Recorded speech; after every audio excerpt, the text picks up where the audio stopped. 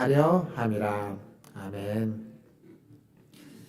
예, 우리 좀 떨어져 앉아있지만 좌우에 계신 분들, 앞뒤에 계신 분들 보며 인사하겠습니다. 사랑합니다. 축복합니다. 사랑합니다. 축복합니다. 인사하겠습니다. 오늘이 2월의 마지막 날이죠. 예, 내일은 3월 1일입니다. 3.1절이죠. 3.1절은 3.1운동은 일제강점기 때 가장 대표적인 독립운동 중에 하나입니다. 한국교회는 그 시대에 많은 독립운동에 동참하고 또 함께 했습니다. 특별히 3.1운동 같은 경우는 한국교회 여전도회에서 많은 참여를 했고 많은 후원과 참여를 했던 걸로 알고 있습니다. 근데 당시 교회가 지금처럼 많았느냐? 그렇지 않습니다. 당시의 교회는 인구로 표현하면 한 1.9%, 채 2%가 안 돼 교인 수였는데 그 교회의 영향력은 국내외를 막론하고 굉장히 크고 굉장히 강력했습니다. 그러면 지금은 그때보다 더 교인이 많고 더 크고 더 힘이 있는데 그때만큼 강력한 영향력을 갖고 있느냐? 영향력이 있긴 하는데 별로 좋지 않은 영향력을 사회적으로 많이 끼치고 있는 것 같습니다. 선한 영향력보다는 그렇지 못한 경우가 있죠. 왜 그럴까요? 숭실대 김영원 교수님이라는 분은 그거에 대해서 이렇게 좀 말씀을 했습니다. 그 이유는 한국교회의 강단이 너무 신앙의 기초적인 것만을 오랫동안 가르쳐 왔기 때문이다 라고 그분은 이야기했습니다. 그러니까 우리가 신앙생활을 오래 했는데 오랫동안 신앙생활을 했는데 여전히 유치원에서 배우는 수준의 신앙생활에 머물러 있기 때문에 어떤 사회적인 영향과 힘을 발휘할 수 있는 성장이 제대로 이루어지지 못했다. 이건 강단의 책임이라는 거죠. 저 같은 목회자들의 책임이다라고 이야기하고 있습니다. 지금 제가 로마서 말씀을 듣고 있습니다. 오늘까지 해서 22번에 걸쳐서 제가 시리즈 설교를 여러 번 했는데 이 로마서가 아마 가장 길게 하는 시리즈 설교일 것 같은데 22번이나 하고 있는데 로마서를 처음 시작할 때 제가 뭐라고 말씀드렸냐면 로마서는 성경의 보물과 같은 책이다 라고 했습니다. 보석과 같은 책. 그러니까 보물과 보석은 그냥 빛나기 때문에 의미가 있는 것이 아니라 그것에 깊이 있는 그 영롱하고 오묘하고 깊이 있는 가치가 그 안에 숨겨져 있다는 의미입니다. 그러니까 로마서는 그런 책입니다. 아주 깊은 복음의 진수를 담고 있습니다. 그런데 그것을 다 이해하기가 그렇게 쉽지 않습니다. 특별히 설교 시간에 로마서를 이렇게 깊이 있게 이해한다는 그건 불가능하다고 생각합니다. 왜냐하면 이 시간은 무슨 신학교 강의도 아니고 그 로마서에 대한 연구 논문을 발표하는 시간도 아니기에 로마서를 다 그렇게 얘기할 수는 없지만 하지만 할 수 있는 대로 좀 더 로마서 안에 있는 복음의 어떤 빛나는 부분을 진수를 같이 이야기해 보려고 저는 노력하고 있는데 근데 준비하는 저나 듣는 여러분이나 그게 쉽지는 않습니다. 딱딱하고 어쩌면 좀 너무 그렇게까지 이렇게 깊이 있게 설명을 해야 될까라는 부분이 생길 수도 있습니다. 특별히 오늘 설교가 그렇습니다. 오늘 설교가 지난번까지 설교보다 조금 더 좀 애매하고 그냥 단순하게 얘기할 수 있는 걸 굉장히 복잡하게 얘기하는 것처럼 느껴질 수 있습니다. 근데 좀 잘 따라와 보시면 이렇게 어려운 얘기는 아닙니다. 잘 따라와 보시면 이 율법이 도대체 어떤 의미와 가치가 있는지 지난주에는 제가 율법을 뭐라고 말씀드렸냐면 사랑의 위시리스트다라고 하면서 하나님이 우리가 하나님께 사랑을 표현하기 위해서 하나님이 어떠한 갈망이 있고 열망이 있는지 그것이 율법에 담겨져 있다 이렇게 말씀을 드렸는데 그 율법이 도대체 어떻게 역사를 하고 있는지 우리가 보고 있는 로마서 7장은 로마서 5장부터 로마서 8장까지에서 계속 연결되고 있는 그 중간에 있습니다. 근데 이게 어떤 주제냐면 5장부터 8장까지는 자유라는 주제로 연결되어 있습니다. 로마서 5장은 사망 권세로부터 죽음으로부터의 자유에 대해서 이야기하고 있고 로마서 6장은 죄의 권세로부터의 자유에 대해서 이야기하고 있습니다. 그 로마서 7장, 우리가 지금 보고 있는 7장은 율법으로부터의 자유에 대해서 말해주고 있고 8장에 가면 성령 안에서의 자유를 이야기합니다. 자유가 계속 쭉 이어져 오고 있습니다.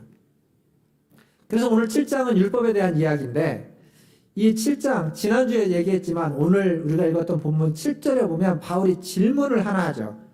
질문이 뭐냐면 율법이 죄냐라고 묻습니다. 율법이 죄냐.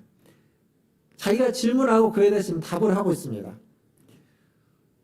사실 그 답은 제가 이미 지난주에 말씀드렸습니다. 율법은 사랑의 위시리스트다. 이 얘기는 율법이 죄냐라는 바울의 질문에 죄가 아니다라는 답입니다. 그러면 죄와 율법은 도대체 어떤 관계를 가지고 있느냐? 이게 이제 오늘 바울의 설명입니다. 죄와 율법은 어떤 관계를 가지고 있느냐? 위시리스트, 리스트, 다른 말로 바꾸면 목록입니다. 목록은요, 어떤 목록이 됐든 목록에는 가치가 없습니다. 목록 자체가 선하냐, 혹은 목록 자체가 악하냐, 그러지 않습니다. 목록은 그냥 중립적입니다. 사극을 보면 사극에 보통 이제 뭐가 나오냐면 살생부라는 게 나오죠. 살생부. 내가 권력을 쥐면 그러면 이제 제거할 사람들의 목록입니다. 근데 그 살생부라는 말에는 이미 가치가 담겨져 있죠. 죽일 사람들, 제거할 사람들이라는 가치가 담겨져 있습니다. 근데 그냥 목록만 놓고 보면 사람들의 이름입니다. 이름. 가치를, 반대의 가치를 매길 수도 있어요. 내가 사랑해야만 사람들, 나와 의견이 다른데 내가 더 품어줘야만 하는 사람들로서 다른 가치를 매기면 그 목록은 전혀 다른 의미가 되는 겁니다. 그러니까 이 목록이라는 건 누가 어떻게 사용하느냐에 따라서 선한 목록이 될 수도 있고 악한 목록이 될 수도 있습니다. 율법도 마찬가지입니다. 누가 사용하느냐, 어떻게 사용하느냐에 따라서 악한 리스트가 될 수도 있고 선한 리스트가 될 수도 있다는 겁니다. 바울은 지금 뭐라고 이야기하냐면 이 목록을, 이 율법을 죄가 사용한다는 겁니다. 7장 8절에 보면 이렇게 바울이 이야기합니다. 그러나 죄가 기회를 타서 계명으로 말미암아 내 속에서 온갖 탐심을 이루었나니 이는 율법이 없으면 죄가 죽은 것입니다. 죄가 기회를 엿보고 있다가 율법을 통해 가지고 탐심을 이루게 했다는 겁니다. 이 탐심에 대한 율법은 그 십계명, 하나님 주신 율법의 요체인 십계명의 10번째 계명이 탐심에 대한 계명이죠. 탐하지 말라라고 하면서 탐심 금지에 대한 계명입니다. 골로새서 3장 5절에 보면 바울은 이 탐심을 우상숭배다라고까지 이야기합니다. 그리고 야고보서 1장 15절에 보면 야고보 사도는 욕심, 탐심이 모든 죄의 뿌리, 근원이라고 표현하고 있습니다. 사실 십계명에 보면 제가 이제 십계명 설교를 지난번 했었죠. 기억해 보면 십계명은 겉으로는 대부분 이렇게 행위에 대한 죄의 문제들을 다루고 있고 그렇게 금하고 있는 것처럼 보이지만 의미상으로는 내적인 것들을 많이 다루고 있다고 말씀드렸습니다. 그런데 이 10번째 계명은 겉에 표현되듯이 아주 직접적으로 내면의 문제를 다루고 있습니다. 탐심을 금하고 있는 거죠. 그게 율법의 핵심입니다. 근데 죄라는 것이 이 금령, 탐심을 금하는 금령을 사용해가지고 뭘 하냐면 탐심이 가득하게 만든다는 겁니다. 이게 죄가 하는 역할입니다. 그러니까 죄는 우리 안에 죄가 있는데 그 한쪽에 있던 죄가 율법을, 기회를 잘 엿보고 있다가 율법을 딱 사용해가지고 그 죄를, 탐심을 우리 마음 가운데 가득 차게 만들어서 그것을 이루게끔, 그 탐심을 표현하게끔, 행동하게끔 만든다는 거죠. 종종 방송을 보다 보면 뉴스에서 어떤 범죄에 대해서 이야기할 때가 있습니다. 뭐 은행 강도가 됐던, 어떤 흉악 범죄가 됐던 범죄에 대해서, 혹은 어떤 방송 프로그램에서 그런 어떤 범죄들에 대해서 이렇게 아주 자세하게 이야기할 때가 있습니다.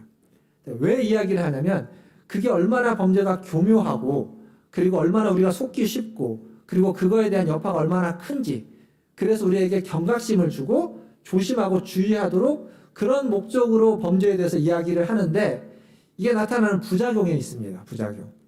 어떤 부작용이 있냐면 그걸 보고 모방하는 범죄가 나타납니다. 유사 범죄가 생겨나는 거죠. 그러니까 그 안에 있던 죄가 그걸 보고서 조심해야 되겠다. 나는 그렇게 하지 않겠다라고 반응하지 않고 나도 저렇게 하면 다른 사람한테 사기를 칠 수 있겠구나. 돈을 벌 수 있겠구나. 라고 하는 쪽으로 이루어가게끔 만드는 경우가 생기는 겁니다. 탐심을 금했는데 그렇게 하지 말라라고 그걸 주의하라고 이야기했는데 교묘하게 죄가 그것을 교묘하게 이용해서 더 그것을 우리의 마음 가운데 가득 차게 만들고 그것을 이루게 만든다라는 거죠. 그러니까 하지 말라고 하면 꼭 하고 싶은 마음이 우리 가운데 있지 않습니까? 그게 지금 바울이 하는 얘기입니다. 미국의 텍사스주에 가면 갤버스턴이라고 하는 만이 있습니다. 바닷가가 있는데 그 갤버스턴 만에 가면 굉장히 좋은 호텔이 아주 바닷가에 가까이 지어진 호텔이 있습니다. 그래서 그 호텔을 짓고 그 호텔 관리인이 객실에 가가지고 객실 이렇게 발코니에 나가보니까 바닷가가 너무 가까워서 낚시를 해도 될 정도로, 바다 낚시를 할 정도로 그렇게 가깝게 아주 아름답게 지어져 있어서 이 관리인이 걱정이 된 거죠. 사람들이 와가지고 발코니에서 낚시를 할까봐. 그래서 발코니에서 낚시 금지라고 하는 경고 팻말을 모든 발코니에 다 부착을 했습니다. 어떻게 됐을까요?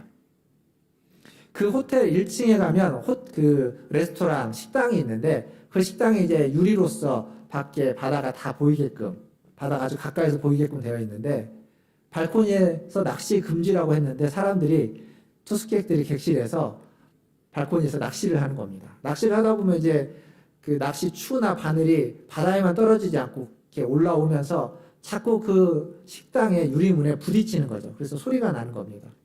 한 번은 어떤 일이 있었냐면 낚시 추를, 무거운 추를 쓰면 멀리까지 던질 수 있기 때문에, 근데 그만큼 이제 좀 조심해야 되겠죠. 무거운 추를 써서 멀리까지 던지려고 했는데 이게 잘 안 돼가지고 무거운 추가 반동으로 온 겁니다. 그러다가 1층 식당에 있는 유리문과 부딪혀서 유리가 깨지는 일까지 생겼습니다. 그 호텔을 관리하는 그 지배인이 자기가 실수했다는 걸 깨달은 거죠. 그래서 어떻게 했냐? 발코니에서 낚시 금지라고 하는 모든 경고문을 다 제거했습니다. 그러자 아무도 발코니에서 낚시를 안 했습니다. 이게 사람의 마음입니다. 잔디밭에 들어가지 마십시오라는 팻말이 있으면 그 잔디밭에 들어가고 싶은 마음이 생기는 것. 그게 우리 가운데 있는 마음인 거죠.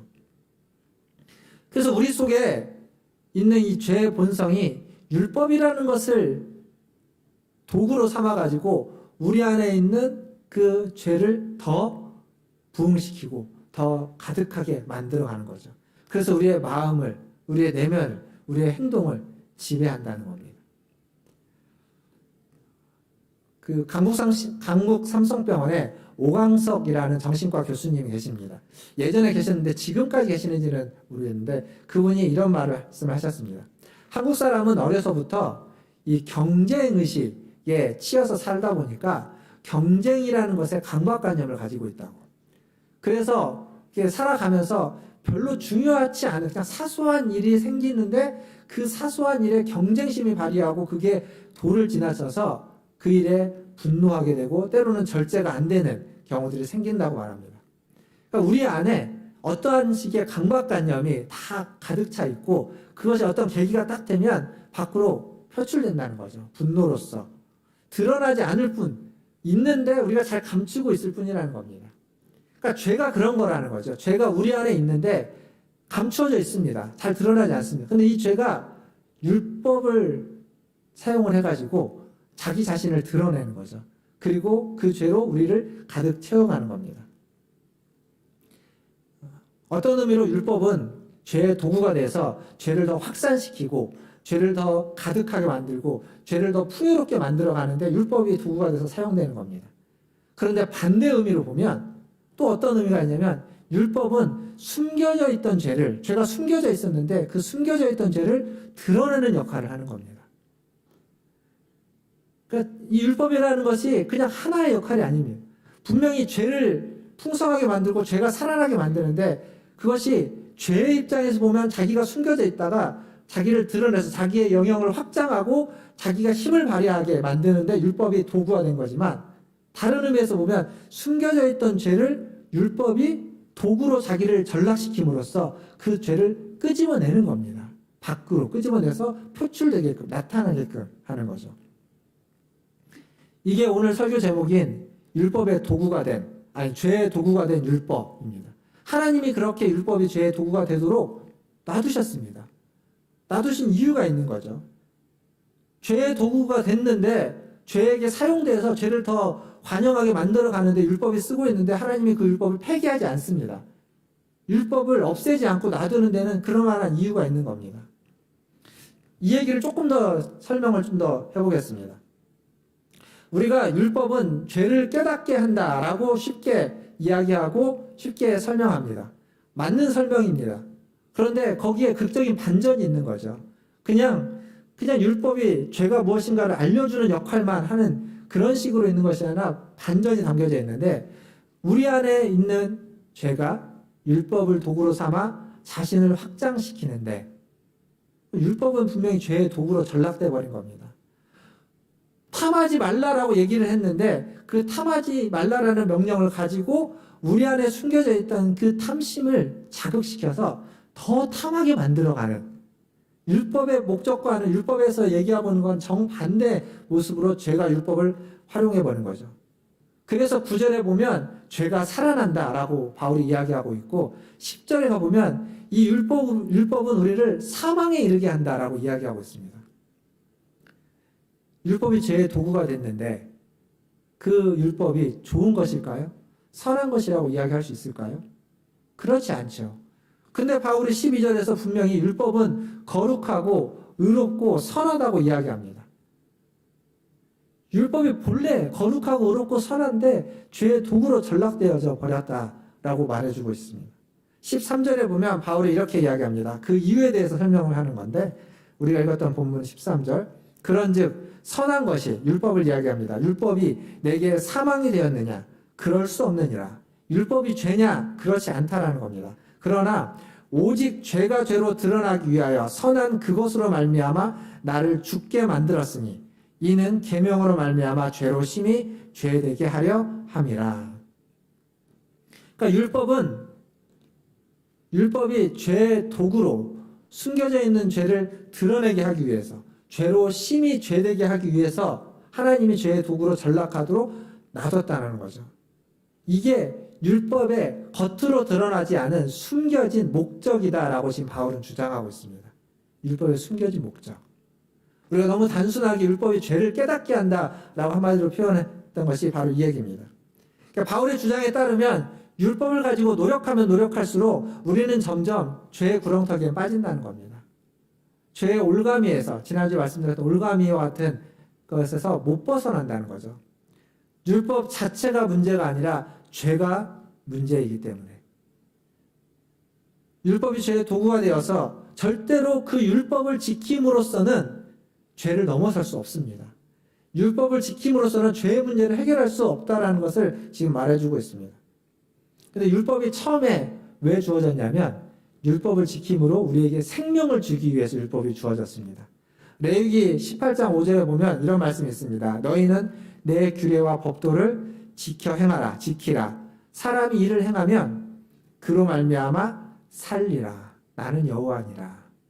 그러니까 하나님이 율법을 지키면 너희는 살 것이다. 생명을 주기 위해서 율법을 줬는데, 근데 죄가 기회를 엿보고 있다가 그 율법을 가지고 사람을 속이는 거죠.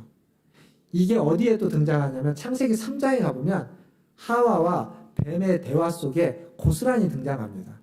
하나님이 어떤 율법을 줬냐면 동산에 있는 모든 과실은 다 먹되 동산 중앙에 있는 나무 중에 선악을 알게 하는 나무의 열매를 먹지 말라. 그 열매는 먹지 말라라고 하나의 계명, 금령을 주셨습니다. 그런데 뱀이 그것을 알고 기회를 엿보고 있다가 어느 날 기회가 딱 돼서 하와에게 얘기를 딱 하는 거죠. 그걸 먹어도 결코 죽지 않는다. 하와를 속이는 겁니다. 결코 죽지 않는다. 그리고 그것을 먹으면 너희의 눈이 밝아져서 하나님과 같이 될 것이다. 그렇게 유혹하며 속이는 겁니다. 그것에 속아 넘어가자 하와가 선악을 알게 하는 나무 열매를 딱 보니까 뭐라고 되어 있냐면 3장 6절에 가보면 먹음직도 하고 보암직도 하고 지혜롭게 할 만큼 탐스러웠다 라고 이야기합니다. 탐심이 그 안에서 확 생겨나는 거죠. 먹음직도 하고 보암직도 하고 지혜롭고, 그래서 그걸 딱 먹어버리는 겁니다. 하나님의 금령은 선하고 의롭고 거룩한 것입니다. 근데 그걸 사용해서 교묘하게 죄가 우리에게 탐심을 불러일으키는 겁니다. 그 죄는 지금도 호시탐탐 우리를 노리고 있습니다. 율법을 사용해서 우리를 넘어뜨리려고, 우리 안에 있는 죄를 더욱더 관영시키려고 노력하고 있습니다. 이걸 모르고 율법을 바라보면 그 율법을 지키려고 하면 할수록 우리는 그 율법의 노예가 될 뿐입니다. 죄의 노예로 전락하는 거죠. 안 되는 겁니다. 그렇게 해서 불가능한 겁니다. 그래서 예수님은 어떻게 했냐면 율법을 지킴으로써 그 문제를 해결할 수 없기에, 죄의 문제를 극복할 수 없기에 마태복음 11장 28절에 가보면 예수님은 이렇게 얘기하고요. 수고하고 무거운 짐진 자들아, 율법을 지키려고 애쓰는 자들과 세상에서의 어려움들을 다 포함해서 그러한 자들에게 다 내게로 오라. 내가 너희를 쉬게 하리라. 지켜야만, 율법에 있는 말씀을 따라야만, 그래야만 하나님께로 갈 수 있고, 그래야만 하나님과 관계를 맺을 수 있고, 그래야만 쉼을 얻을 수 있다가 아니라 그냥 다 내게로 오라는 겁니다. 그냥 다 오면, 그래서 너와 내가 관계를 맺으면, 내가 너희 그리스도가 되면 내가 너희에게 쉼을 줄 것이다. 내가 너희에게 평안을 줄 것이다. 29절에 가보면 나는 마음이 온유하고 겸손하니 나의 멍에를 메고 나의 멍에를 메고 내게 배우라. 그리하면 너희 마음이 쉼을 얻으리라. 주님의 마음이 온유하다라고 했습니다. 그러니까 이게 그냥 부드럽고 유하다라는 표현이 아니라 앞에서 이야기한 율법과 관련된 표현으로 하면 예수님의 요한복음 8장에 가보면 가늠한 여인이 왔을 때 그런 말씀을 하죠. 나도 너를 정죄하지 않는다. 이런 겁니다. 율법을 행하지 못했더라도 나는 너희를 정죄하지 않을 것이다. 율법을 지키지 않아도 괜찮다. 내게로 오라.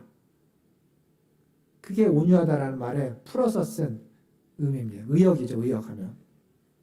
그러니까 무엇을 지켜서 무엇을 먹고 무엇을 마시고 무엇을 먹지 말고 무엇을 마시지 말아야 되는지를 지켜가지고 하나님과 관계를 맺고 관계를 유지해가는 것이 아니라 우리는 그리스도의 십자가 때문에 그리스도께 가면, 그것을 믿고 가면 그리스도의 관계가 유지되고, 그렇게 관계가 유지되면 우리는 쉼을 얻을 수 있다는 겁니다. 율법에 국한되지 않아도, 율법에 얽매이지 않아도. 그러니까 무엇을 하느냐 마느냐의 문제에 우리는 얽매일 필요가 없습니다. 이걸 했느냐 안 했느냐에 우리는 얽매이지 않아도 됩니다. 그럼에도 불구하고 그것을 해야만 하는 이유는 뭐라고 말씀드렸죠? 지난주에 말씀드리지 않았습니까? 하나님의 갈망이, 하나님의 열망이, 하나님의 소원이, 우리가 사랑하고 우리를 사랑해 주시는 그 하나님의 갈망과 열망과 소원이 그 안에 담겨져 있기에 그 갈망과 열망에 부응하기 위해서, 그것에 보답하기 위해서, 그걸 하지 않는다고 나와 하나님과 관계가, 내 쉼이 사라지거나 내가 버려지는 것은 아니지만, 그렇지만 그 하나님의 사랑에 부응하기 위해서 해야만 하는 것. 그건 지난주에 말씀을 드렸고, 오늘은 하나님 율법을 주신 이유, 율법을 통해서는 주님께 갈 수 없기에 그리스도의 십자가께로 나아가게 하기 위해서라는 겁니다.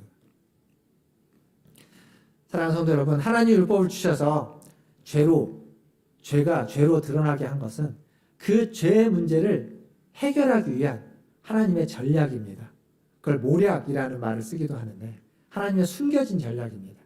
죄는 그걸 몰랐기에 그 율법을 자신의 도구로 삼아가지고 그 율법을 도구로 삼아서 자신의 영역을 더 확장한 거죠.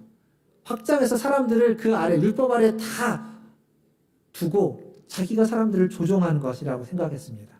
그런데 그렇게 자신을 드러내고 나니까 그것이 관영한 뒤에 하나님이 죄의 문제를 극적으로 해결하기 위해서 그리스도를 보냈고, 그리스도의 십자가도 똑같이 그렇게, 사단은 그리스도를 십자가에 달려 죽임으로써 자기가 승리했다고 생각했지만 그 죽음이 결정적으로 자기를 이기는, 죄가 죽게 되는, 죄가 권세를 잃어버리게 되는 죽음이었다는 사실을 그는 그 전에 몰랐다는 겁니다. 그게 하나님의 전략인 겁니다. 율법도 하나님은 그렇게 사용하고 있다는 겁니다. 그래서 바울이 죄가 더한 곳에 은혜가 더했다라는 말은 은혜를 받기 위해서 죄를 지어야 된다라는 얘기가 아니라 율법의 다스림 가운데 있는, 율법 아래에서 그 헤매고 있고 율법에 얽매여서 어찌할 줄 모르는 그들을 통해서 그들에게 하나님은 큰 은혜를 베풀기 위한 전략이 숨겨져 있다라는 의미입니다. 죄가 더한 곳에 은혜가 넘쳤다라는 바울의 선언은 거기에 있는 거죠. 여기까지 듣고 따라오시니라고 수고하셨습니다. 이제 마무리를 지을 텐데, 마무리를 짓는 건 좀 쉽습니다. 제가 어렸을 때 수련회를 가면, 중고등학생 시절 학생회 때 수련회를 가면, 수련회 프로그램 중에 빠지지 않는 프로그램이 하나 있죠.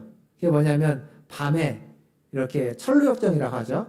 밤에 이제 그룹을 지어가지고 한 4-5명씩 그룹을 지어서 이렇게 산길을 막 올라가고 어떤 언덕까지 올라가는. 그럼 그 산길에 뭐가 있죠?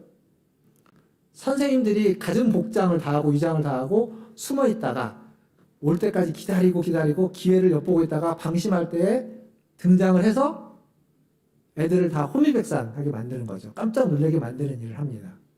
여기 아마 그랬던 선생님들이 계실 겁니다. 그리고 그때 깜짝 놀랐던 기억도 있겠죠. 저도 있습니다. 근데 그때 그 무섭고 두려울 때 그것을 이겨내는 방법이 뭐가 있는지 아십니까? 제가 경험한 바에 의하면 2가지인데, 전혀 무서움을 안 타는 애를 앞장 세우고 걔 뒤에 졸졸졸 숨어서 가는 겁니다. 그러면 덜 무섭습니다. 앞에서 무서워하지 않으면 뒤에 있는 사람은 훨씬 덜 무섭습니다. 또 하나의 방법은 뭐가 있냐면, 다 겁이 많은 거예요. 다 무서워하는 사람은 선생님들이 막 무섭게 할 때, 그때 이렇게 막 무서워가고 막 소리 지르면서 손 놓고 막 나뒹굴어지면은 더 무섭거든요.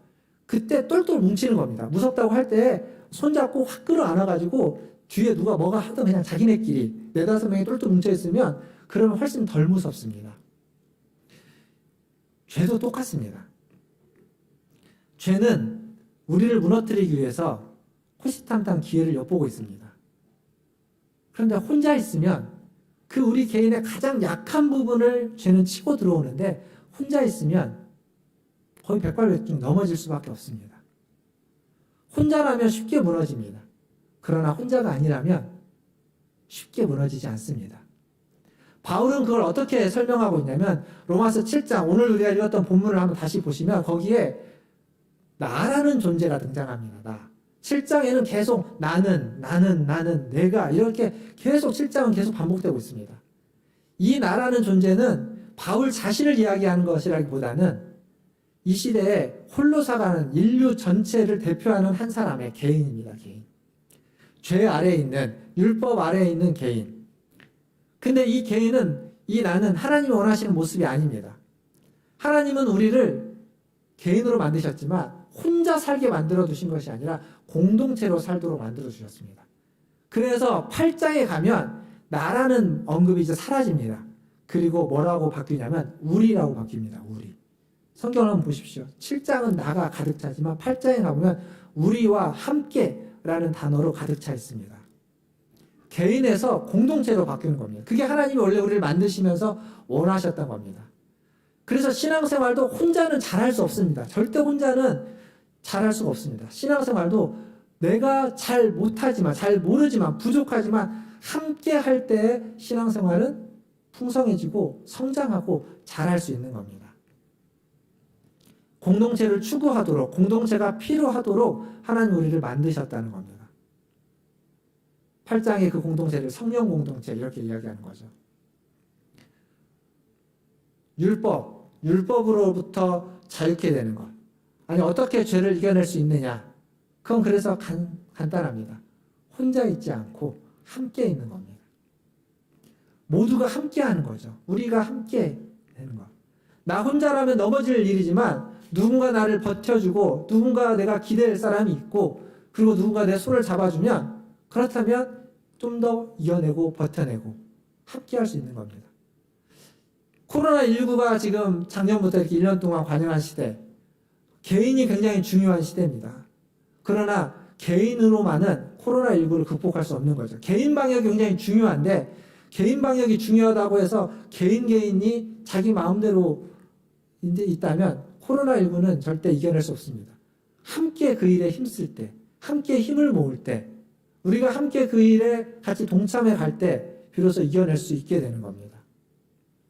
서로를 위해서 지켜야 될 것을 지키고, 서로를 위해서 이겨내고, 서로를 위해서 좀 더 참아주고 견뎌줄 때 이겨낼 수 있는 겁니다. 죄도 마찬가지입니다.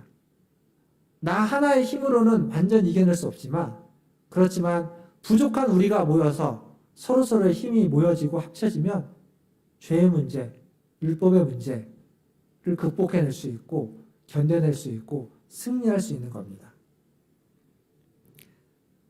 세상에 죄가 아무리 가득 차 있어도, 세상이 아무리 악해진다 할지라도 그것과 싸워서 이길 수 있는 건 믿음 좋은 나 개인이 아니라 믿음이 부족한, 믿음이 연약한 우리가 하나님 앞에서 함께 서로 의지한다면 어떤 시험이 오고 어떤 어려움이 오고 어떤 문제가 우리에게 다가올지라도 그것을 능히 견뎌낼 수 있습니다.